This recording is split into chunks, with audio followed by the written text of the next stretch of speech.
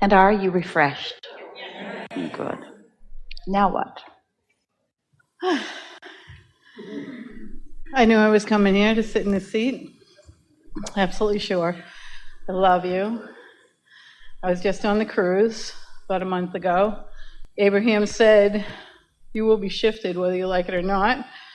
And I did. It shifted me even more so I can get myself right back in when I pop out and not beat myself up with that. My question is, and I read a little bit about it in the book that they gave us on the cruise with Wayne Dyer and Abraham, because I do a number of things. I'm in AA and I also do Course in Miracles and things like that.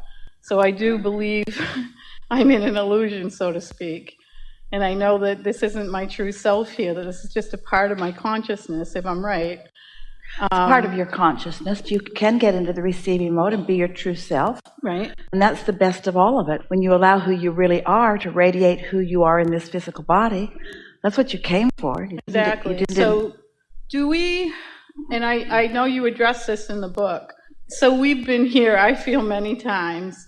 And that's true, but it's also irrelevant. Right. Do we make contracts with people that we're here with? In other words... yeah, you come in clusters. You have a lot of intentionality. You set a lot of goals with a lot of people. Yes. Okay. So I feel that.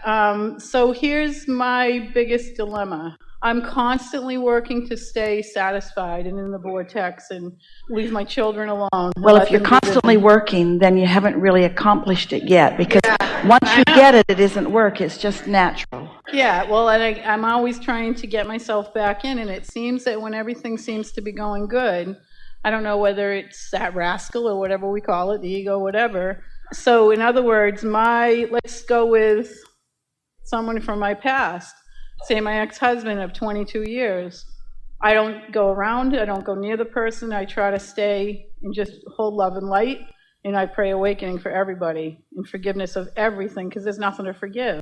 Well, you know, when you focus on someone you're trying to forgive, you focus right upon what they need to be forgiven for, and then you're no longer in the state of allowing, and you're right back where you are, and you just renewed your anger. Yeah, so that's my question. How do you, when I think I'm chugging along really good, and then all of a sudden, out of the blue, I'm sure it's not out of the blue. It's out of the oblivious. Out of the oblivious, it comes in, that person comes in and does something or says something, and I'm back to feeling unworthy or whatever it is, that I made mistakes or something like that. Well, sometimes what happens, and what you're describing, let's just talk about something that most everyone lived. You were in a house with different people than you now live with. And let's say they were your parents or whoever they were in your early life experience. And you had experiences with them which you now continue to remember. Well, remembering is just activating a vibration. Your brain isn't a storage cabinet full of things. Your brain is a transmitting and receiving mechanism. So something in your now has triggered something that is a vibrational match to that, so it lights up and you remember that. Here's an easier way to say this to you. Let's say that something happened, as you said, 22 years ago with someone else. So you have the experience of that. And let's say it was an experience that you didn't like. And then let's say you get on with your life and you live more in your now and you're looking forward to more things and you're feeling better and better as you are. And then let's say that that person comes back into your life, maybe a letter, maybe a phone call, maybe walks right in, maybe you're sharing custody of your children with them, doesn't matter. So they come back into your experience. This is where this new approach that we are offering here today would really serve you.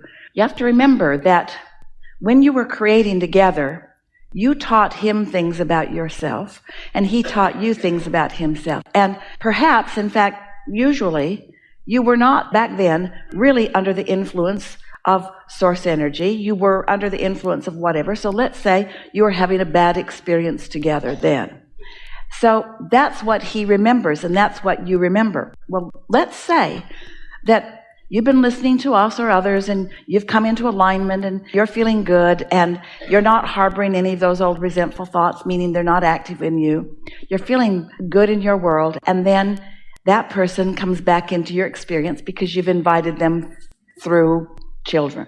And they, let's say, haven't been meditating, haven't been basking in life, haven't been appreciating, are not in touch hardly ever, and certainly not constantly, with their source energy. But let's say you have been doing pretty good at that. In fact, you're really quite good at that. And there they are, and you're looking at them, and they're looking at you, and they're remembering you as they made you out to be then. Because everybody has a perception of everything. They never saw you as you really were. They saw you through their own lens. They made up who you were to them. In fact, who you were to them was more about who their mother was to them than who you are being to them, usually. In other words, they have already decided who you are, and they have never stopped deciding that that's who you are. So they've got quite a bit of momentum going about who they perceive you to be, and now you're looking at them. And they're remembering who they remember you to be. Their perception of you hasn't changed at all. So this is the question that we have for you. In that moment, whose influence are you going to be under? You're going to be under the influence of your inner being. You're going to be under the influence of their perception of you. It really is as simple as that. Unless you've practiced being under the influence of your inner being, and if you haven't been practicing being satisfied about this and that and the other, then you might be sort of wobbly on that point. And since you don't see that person very often, the minute you see them, you might be moving back into some memories of what they were. And so as you remember what they did to you, and they see you as they, all of a sudden, not all of a sudden, but pretty fast, you find yourself under the influence of who you are. So you're not feeling satisfied, you're feeling defensive. We would like to take the emotional scale and all of those emotions that you might describe as negative emotion, like depression or fear or rage or anger or guilt or blame. We would like to say, try with us just a little bit here to simplify it. Do I feel satisfied or do I feel blameful? Do I feel satisfied or do I feel angry?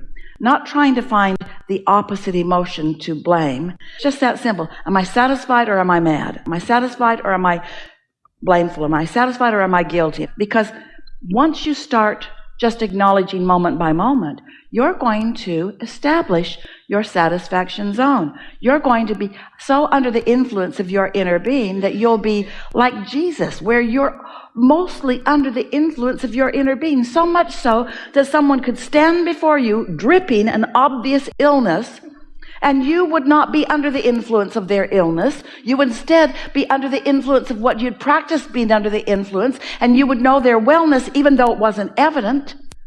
And then their illness could not even abide in your vibration. And so if you're under the influence of your inner being, maybe because you haven't thought about that person, because that part of your life is not relevant to this part of your life. It was relevant in this sense. It caused you to want more. It caused you to create more. And now you've lined up to more. And now you are more. But you don't ever have to go back to those influences.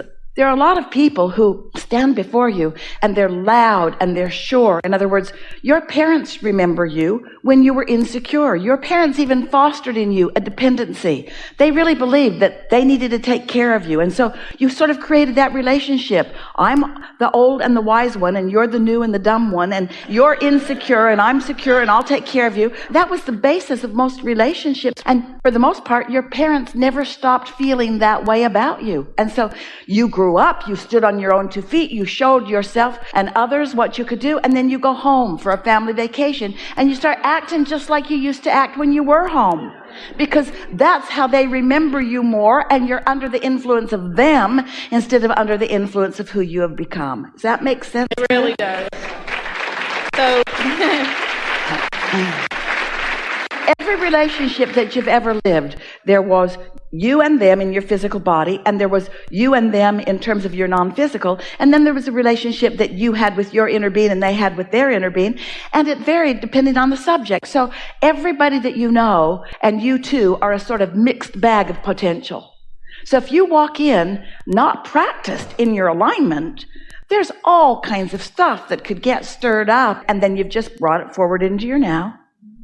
Different places, different faces moving through your life experience, but sort of the same old experiences that you're having with most people, because you set the tone early on and you keep regurgitating the ugly floor year after year after year.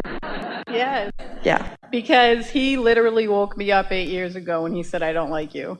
And I said, okay. And I started getting more into my course and then into my AA. And then, of course, I find Abraham, which I had heard 10 years ago, but I wasn't ready. And it helped me. And then the thing, when I came off the cruise, I was shifted into a place of being able to pop out of the vortex, but come back in real quicker. And it's funny you said that about the Jesus, because I'm saying something to my son on the phone, and he said, is this some guy that walked the earth that said turn the other cheek? How about that? Because, he just doesn't, as soon as you see that, you go off to a wobble or whatever it is you call it in your spiritual practice. And that makes then a guilt come into me, and I have to I pop myself back, and I did know from you teaching me to meditate. I do all the time. Don't overcomplicate it. Okay. And don't try too hard to figure it out. You've all heard a lot of things, and you've all lived a lot of things, and some of it you've brought forward and it helps you, and some of it you've brought forward and it isn't helping you.